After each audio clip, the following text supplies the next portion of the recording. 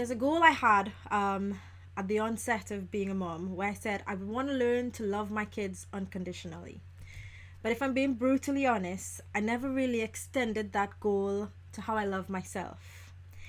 And the most painful, I will be very honest, the most painful thing I read was within Conscious Parenting, where you said, you will only accept your child to the degree that you accept yourself. And for me, this was a paradigm shift where I think what I took away was that you were saying, stop focusing on my kids and really focus on how I'm going to connect to my authentic self. Is that what you meant? Yes, yeah, thank you for sharing. That is the truth, and you see this in other relationships as well, right? That if we are filled with judgment about ourselves, then when we see the inadequacy in the other, quite automatically we're going to judge that.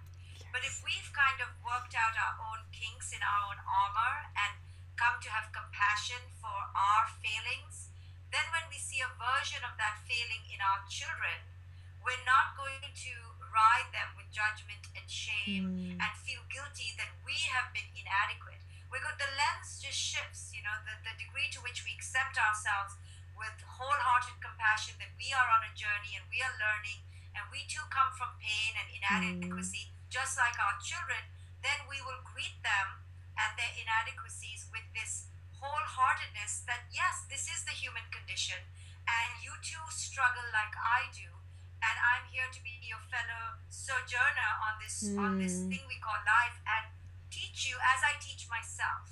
So we will be deeply empathic with them as well as deeply compassionate and accepting of them and their failings. You see, when we say we will love our children unconditionally, the rider there, the unspoken caveat, is that we will accept them when they operate in our fantasy, when they work according to how we think children need to work. But the minute they deviate, then we have conditions. So this is not about not correcting behavior, though.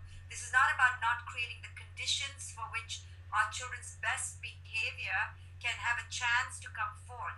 This is about fundamentally accepting that they are human beings just like us and that they have inadequacies, they have unconscious baggage just like us, which they actually get from us, and therefore we need to be super ordinately compassionate towards them because they really, whatever we're going to see in them is really come from us. We can't really blame anyone else. This is coming from us. And I encourage parents to be compassionate in the process towards themselves and not be judgmental.